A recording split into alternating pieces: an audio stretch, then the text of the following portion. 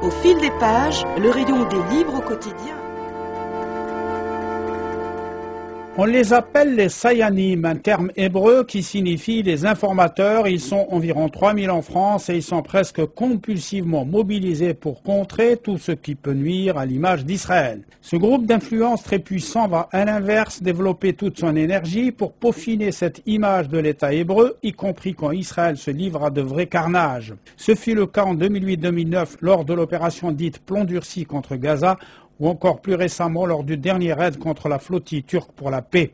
C'est au travail en coulisses de ces désinformateurs que le romancier Jacob Cohen consacre son dernier récit intitulé « Le printemps des Sayanim » est paru chez l'Harmattan. Tout d'abord, un mot de l'auteur. Jacob Cohen est né à Meknes, au Maroc, à la fin de la dernière guerre mondiale. Nous avions beaucoup apprécié ses précédents romans plongés dans le bain de la société judéo-arabe du royaume. Des opus truculents qui ne laissaient place à aucune complaisance vis-à-vis de la moindre autorité. Cet esprit libre est présenté sur Internet comme un militant antisioniste et il ne se départit pas pour autant de sa rigueur dans ce dernier ouvrage. Malgré les changements de nom des personnages, l'ouvrage fleure bon la réalité et confirme les intuitions des amis de la Palestine. Une véritable force de frappe et de persuasion sévit en France pour occulter ou minimiser les outrances d'Israël tout en stigmatisant ses adversaires. Le réseau des Sayanim, relié à l'ambassade d'Israël qui supervise ses actions, recrute quasiment dans tous les milieux, même chez les goïms non-juifs.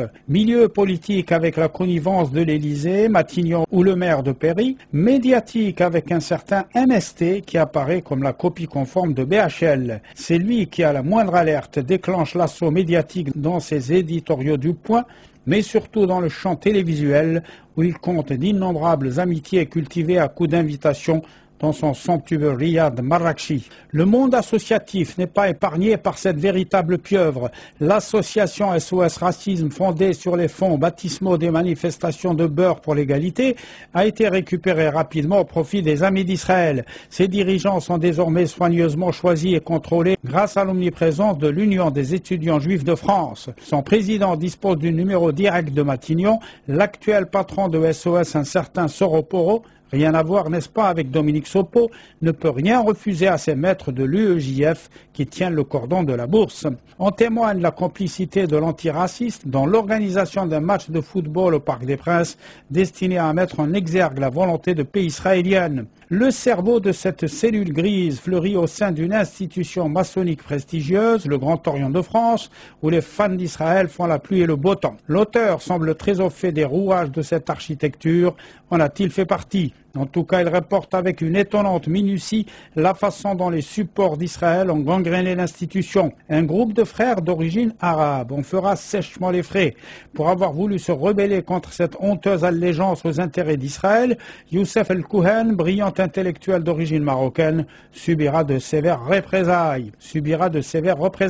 Même sanction pour sa compagne Florence Meyer, qui sera mise hors jeu pour ne pas avoir marché dans les combines pro-israéliennes. L'auteur rappelle aussi le cas du grand chercheur Pascal Boniface, qui a été viré du PS pour ses prises de position impartiales à l'égard du gouvernement Sharon. Parmi les alliés de ce lobby qui ne dit pas son nom, l'auteur cite aussi la mairie du 16e arrondissement de Paris, noyautée entièrement par le Bnei Brit, un réseau sioniste d'origine américaine.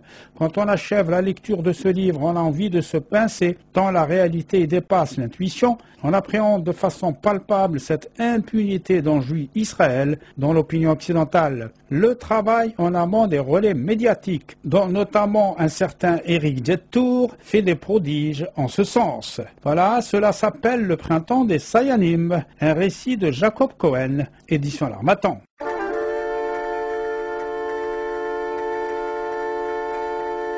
C'était Au fil des pages, la chronique des livres,